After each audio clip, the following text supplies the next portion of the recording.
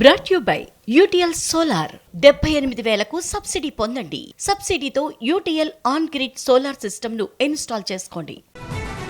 తెలంగాణ మంత్రి కొండా సురేఖపై పరువు నష్టం కేసు నమోదైంది. సురేఖ వ్యాఖ్యలపై క్రిమినల్ చర్యలు తీసుకోవాలని నాగార్జున వేసిన పిటిషన్ను విచారించింది నాంపల్లి కోర్టు. డిసెంబర్ 12న వ్యక్తిగతంగా విచారణకు రావాలని కొండా సురేఖను ఆదేశించింది కోర్టు. అంతా అనుకున్నదే జరిగింది. మంత్రి కొండా సురేఖకు బిగ్ షాక్ తగిలింది.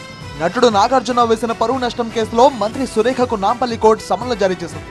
నాగార్జున పిటిషన్ను పరిగణలోకి తీసుకున్న నాంపల్లి కోర్టు తదుపరి విచారణ డిసెంబర్ 12కు వాయిదా వేసింది. డిసెంబర్ 12న జరిగే విచారణకు హాజరు కావాలని మంత్రి కొండా సురేఖను ఆదేశించింది కోర్టు. దుబ్బాకలో జరిగిన ఓ రాజకీయ కార్యక్రమంలో మంత్రి మెడలో దండ వేస్తే దాని కింద నీచమైన కమెంట్లు పెట్టి సోషల్ మీడియాలో ట్రోల్ చేస్తున్నారని మంత్రి కొండా సురేఖ అప్పట్లో కంటతడి పెట్టుకున్నారు.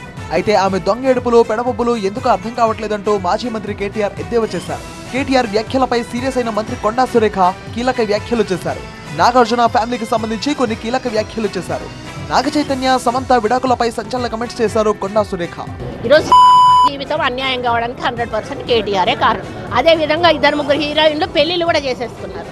ఎందుకు అన్నట్టు ఈ డ్రగ్స్ కేసు రాగానే ఈరోజు మీకు తెలుసు ఆల్రెడీ బయట ఆమె పెళ్లి చేసేసుకుందా, ఇంకొకరిద్దరు హీరోయిన్స్ కూడా గబగబా పెళ్లిళ్ళు చేసేసుకున్నారు. ఈ తలకాయ నొప్పి మాకేంద్రకా బాబు.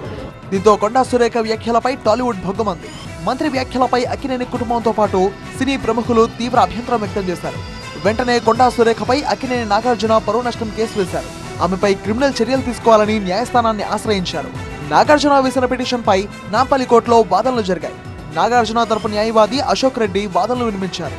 నాగార్జునపై కొండా సురేఖ అభ్యంతరకర వ్యాఖ్యలు చేశారని ఎక్స్ లో మంత్రి కొండా సురేఖ పెట్టిన పోస్ట్ ను ఆయన కోర్టు ముందు చదివి వినిపించారు. మంత్రి వ్యాఖ్యల వల్ల నాగార్జున కుటుంబం మానసికంగా ఎంతో కుంగిపోయిందని న్యాయవాది అశోక్ రెడ్డి వాదించారు.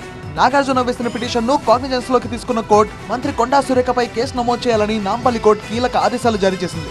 సీసీ నంబర్ 490/2024 356 బిఎన్ఎస్ యాక్ట్ కింద కొండా సురేఖపై కేసు నమోదైంది.